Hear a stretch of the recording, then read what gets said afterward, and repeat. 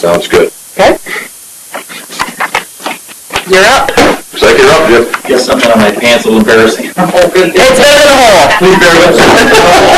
Just looked at us and bear with me, please. I don't know what happened there. Did spill out. Your smile for the camera. Okay, well, just want to take, I think, about 20 minutes or so wait on this. Yeah, that'd be about right. Okay, also want to talk on the hangar project and the additional infrastructure work, the well and septic, the conclusion of this. But for now, we want to talk about the capital improvement plan. If I could ask you to pass along a few of those. Okay, I'll keep one. Go that way too. Thank you. Thank you. Very good. Good. Thank you. Hope this works for everybody. If it doesn't, I can bring it right up on the table if that's going to work for you. But passed out the capital improvement plan. It has been updated just recently. It shows the 2009 projects. And along the airport layout plan that has been updated a few times with some changes as projects have moved along. And this was originally put together in May of 1995. Not much has changed, just some small things. But I'm going to go through the capital improvement plan, which lists the project and how the dollars are broken down, and talk briefly about the projects. 2009, Permanent Non-Obstruction Analysis, that has an AIP number to it now, and that's a grant that is in place with the Bridge and Port Authority, $55,430, and that's to review, actually to prepare the aerophotography we talked about last time for the runway 9 approach over the cemetery along 812. Second project we talked about last time I was here is runway 7 and Pappy. That project also, that grant has been issued. That's a construction project, $205,000 total. And I'm to the extreme right, second column in from the right is where I'm referring to the numbers that I'm talking about. And then the split between state funds in the middle of the sheet. Far left, really federal funds. You can see the heading on top. This is all thousands, by the way. And then under local, that's the local share. That's the Bridge and Port Authority share. Again, all in thousands. Hi, Mark. How you doing? Good. Good. The next project. This project, I don't believe, has been issued yet. The last I heard, they're waiting for clearance from the Secretary of Transportation, but you may actually have that since I last talked. But that's the design of the project in yellow. That's the taxiway project. Back when we designed the project, or looked at it back in '95, we also suggested some additional, we call stub taxiways connecting to the runway. Those are the areas in black. There's one here, and that's so that landing aircraft wouldn't have to go all the way to the end to circle around and go back. We're not planning on doing that on this job, based on the activity, based on the cost. It's better to resurface what you have than to build new infrastructure and maintain that. So this project does not include those additional stubs. These additional stubs were, it's based upon criteria from the FAA, but at this time, it's not on CIP. We're not planning on doing these two black connecting taxiways. The next project, wildlife assessment.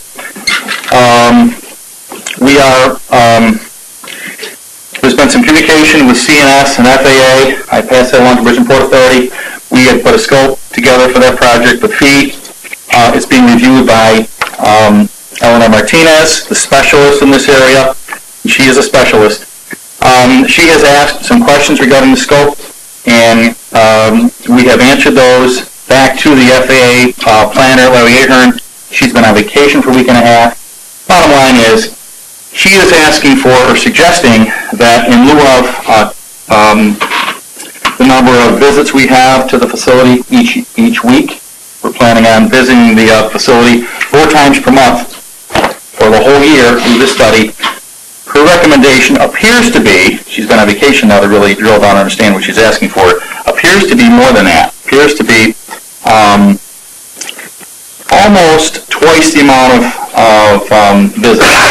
We've questioned the need to do that. That is not our experience in doing that at airports. It would double the cost of the project. Talking to Larry Ahern, they don't have additional money. It's going to boil down to the following.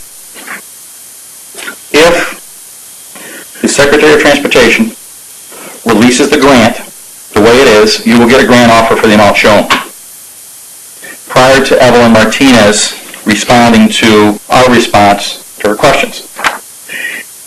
If the Secretary of Transportation does not release that grant offer, then there'll be discussion with Evelyn Martinez to consider increasing the value of the contract based on her comments. I know it's a little bit convoluted here. You think the FAA would be a little more organized, but they're not. So we'll go from 100,000 to 200,000. No, it would go from 65 to 160. Oh, I'm sorry. Yep.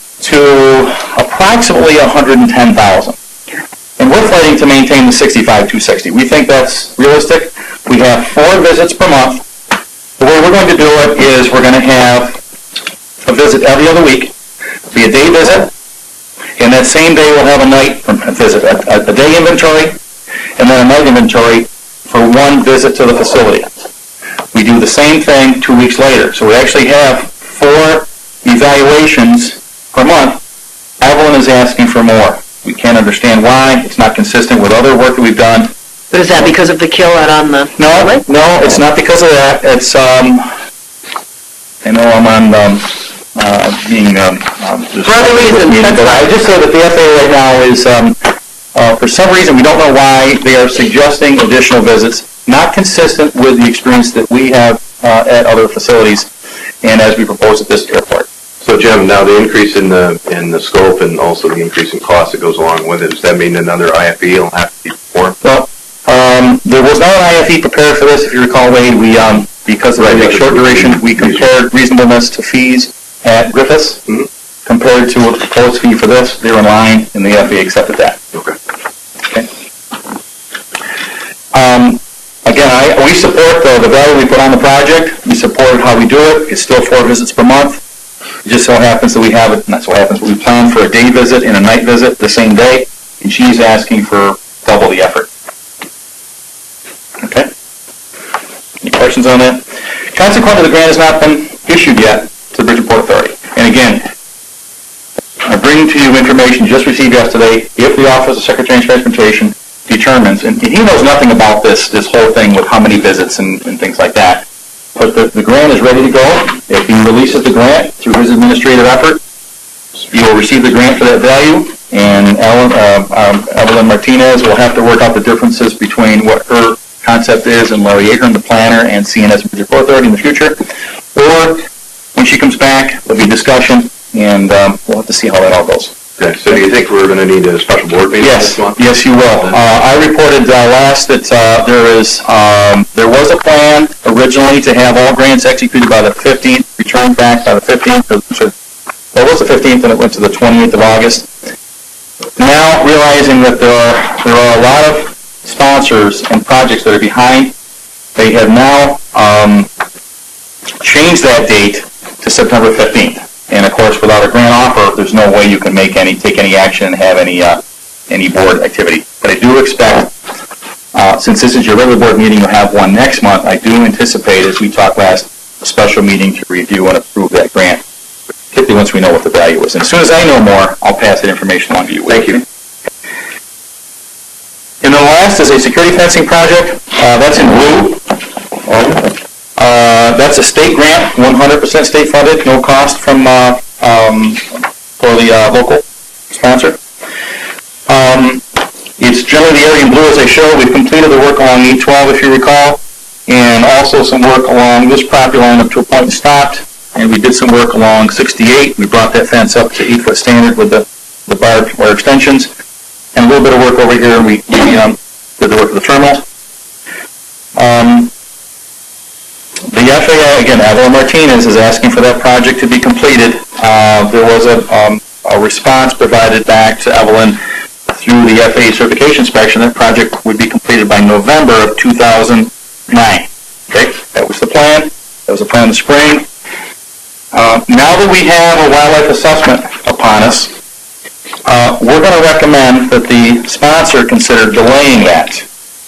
And the reason for delaying that is we would like to start the process of wildlife. We'd like to know where the deer are crossing, if they're crossing at all. We'd like to know that because an 8-foot fence with a 3-strand barbed wire does not always stop deer.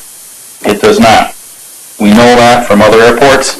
The recommendation is to go to a 10-foot or even a 12-foot fence.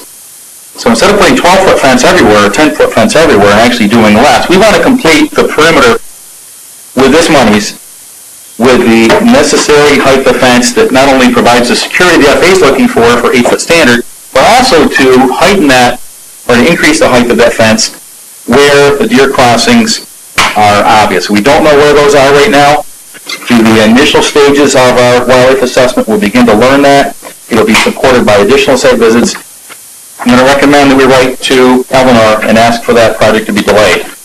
If we do that, don't we trap wildlife in here in the meantime? So the idea is you would control that, the wildlife would be out, or if you do trap inside, you would then have to use your.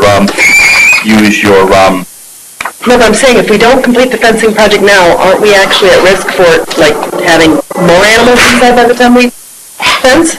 There is. Is it the time they start moving and, no? Yeah, I'm not a hunter. no, but we work it, keep them out. Oh, you do all the time? Yeah. So it's not a whole lot of wooded area? That's an ongoing thing, Mary, so, You have a nuisance permit. yeah, yes, and that's year Okay. round. Okay. So that we, So it's not a timing keep issue? the population at a certain level manageable, but we don't keep everything out, like birds and things Right, like right. that. Mary, you also find me do this thing, deer are very systematic. They are. Once you identify the 2 or 3 trails, you can guarantee that almost every deer is going to come down those 2 or 3 trails. That it doesn't change from the old ones to the young ones. They keep following Yeah. the same time. So, that's why they're so worn and find them. Right. So you're a good hunter? Is that what you're saying? Okay. So, if that makes sense, we would like to delay that. We'll work with Steve and Wade on giving you a draft letter. I think that's reasonable for the FAA to consider that. And again, we want to make sure that we invest where we need, or you need to have taller fence, we want to invest at the right location. You don't want to put in something that's either too high and not necessary, or too low and needs to be heightened. And we expect, when we're done with this security project, we're done with it. Jim, I hate to always keep coming back to dollars, but if the additional project means a 10-foot section of fence over, Y amount of area, and that equates to an extra $50,000 cost, where does that come from? Does that come from FAA, or what are the options? No, unfortunately, the state grants are capped. $736,000 is the most you have to work with. We have a design agreement with you in place already. We actually had executed that last year.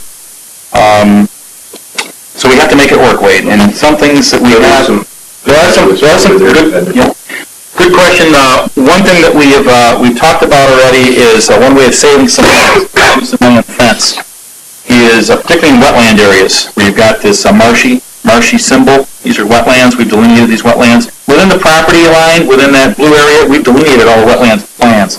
There's one long finger there, one here, one over here in the corner, long here. One way to save money is to, in lieu of actually taking the footing out and taking the 7-foot pole, removing all that, starting over, if you will, is if the foundation is good shape and it's not lifted out of the ground like the ones we saw along A12. We may have talked about that all the time. Slip liner, right? Yeah, we cut the top of the pipe off or leave it in place if it's not bent and put an 8 or 10-foot pole at the top of it and then hang the fabric off of that. Save a lot of money by doing that. So I feel fairly comfortable we can accomplish what we need to do, Wade, with the monies we have available, but we're not really into the project enough to say, give you any type of guarantee. We don't have a bid for that, but feel good for that. Great. Thanks, Jim. Moving on to 2010 is an off-airport environmental evaluation. Well, that was the second part of the project we gave to Wade. We have scope of services for 2 tasks. One is the 2009 runway 9 obstruction analysis. The second part is the off-airport obstruction removal environmental. That's where we're reviewing all of the critical things,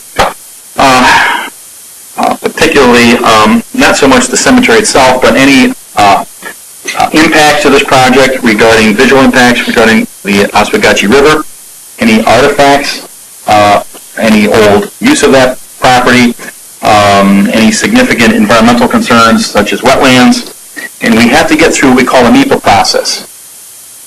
And as the National Environmental Protection Agency, we have to go through a process that ends up